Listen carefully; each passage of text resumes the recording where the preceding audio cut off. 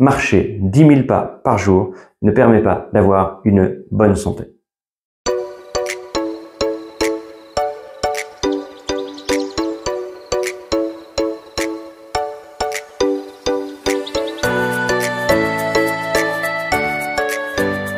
Bonjour à toutes, bonjour à tous, j'espère que vous allez bien.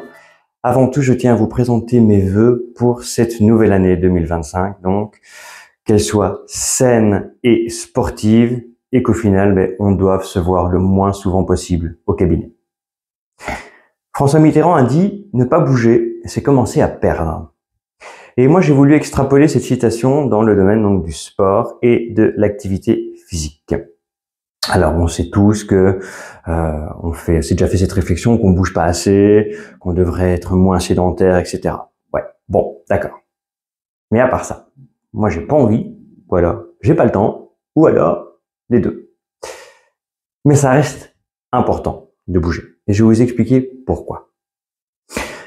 Le premier élément à savoir est que notre corps, nos os, nos muscles, nos articulations, nos nerfs, nos artères, nos veines, notre système digestif, nos organes, enfin tous nos tissus, tout ce qui nous compose est fait dans son agencement, dans ses alignements, dans ses croisements, dans son fonctionnement, dans la matière, dans les cellules qui les composent. Tout est fait pour bouger. Nous sommes faits pour ça. Alors, c'est dommage de ne pas utiliser notre corps pour ce pourquoi il est fait. D'autant que si vous restez inactif, si vous ne bougez pas suffisamment, ça veut dire que vous utilisez votre corps pour quelque chose pour lequel il n'est pas fait. L'inactivité. Il est fait pour bouger, alors bougeons-nous. Le deuxième élément à aborder est justement les différentes cellules qui composent notre corps. Nos muscles, nos organes, nos artères, nos veines, nos tissus, nos os, tout est composé de cellules. Et nos cellules sont un peu comme des micro-organismes, des mini-nous, qui doivent également se nourrir et qui doivent également éliminer leurs déchets. Alors, le fait de bouger, d'activer nos muscles, de les contracter, de les relâcher, va permettre d'activer la circulation sanguine, notamment dans nos tissus, tout autour des cellules, pour leur amener des nutriments pour qu'elles puissent se nourrir et pour éliminer les déchets, et donc qu'on évite ainsi de s'intoxiquer par nos déchets. Le troisième point que je voulais aborder avec vous concerne une légende dont vous avez déjà certainement entendu parler, qui est le fait de marcher 10 000 pas par jour minimum pour avoir une bonne santé. Eh bien, c'est faux. Marcher 10 000 pas par jour ne permet pas d'avoir une bonne santé. En fait, c'est même beaucoup plus machiavélique que ça. Marcher 10 000 pas par jour ne vous permet pas d'être en bonne santé. Ça vous permet juste de ne pas être en mauvaise santé. Ça vous permet juste de ne pas sombrer. Ça vous permet juste de ne pas trop perdre dans vos qualité de santé. Pour pouvoir être en bonne santé, améliorer votre santé, il va falloir faire ces 10 000 pas, d'accord? Il va falloir avoir une alimentation correcte, suffisante. Il va falloir avoir une gestion de votre stress et de vos émotions. Il va falloir avoir un sommeil réparateur, avoir une activité physique, sportive, réelle, supplémentaire à ces 10 000 pas. Et là, vous pourrez avoir une meilleure santé.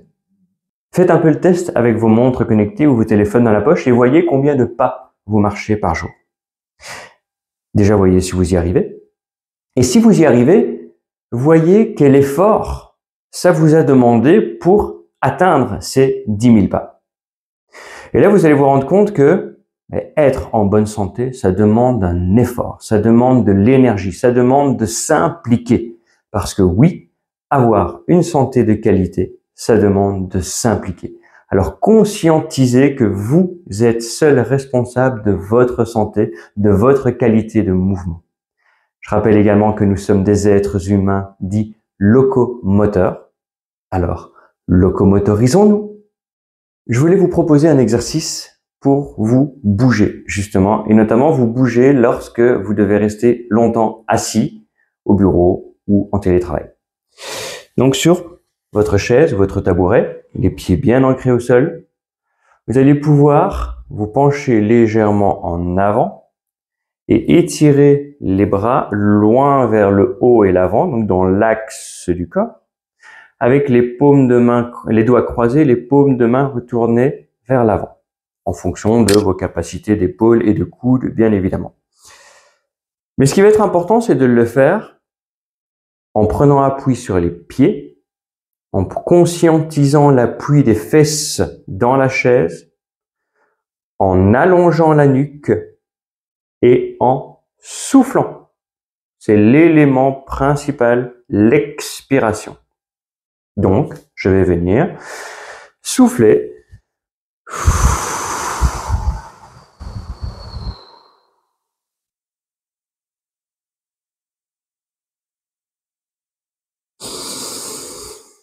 Et je relâche, j'inspire. Et je peux faire ça 3, 4, 5, 10 fois, plusieurs fois au cours de ma journée. Je vous remercie pour votre attention et j'espère que vous aurez pu recueillir quelques informations pour améliorer votre santé.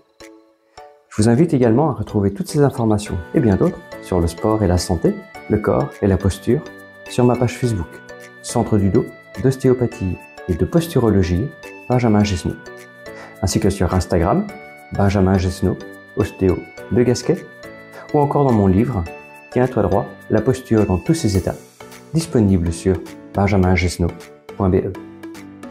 Je vous demanderai aussi, si vous le voulez bien ou si vous le pouvez, de partager cette vidéo sur vos réseaux sociaux, parce qu'un intérêt plus grand ainsi que vos questions et vos réactions seront pour moi d'excellentes lignes de conduite à suivre pour d'autres vidéos. Merci et à bientôt.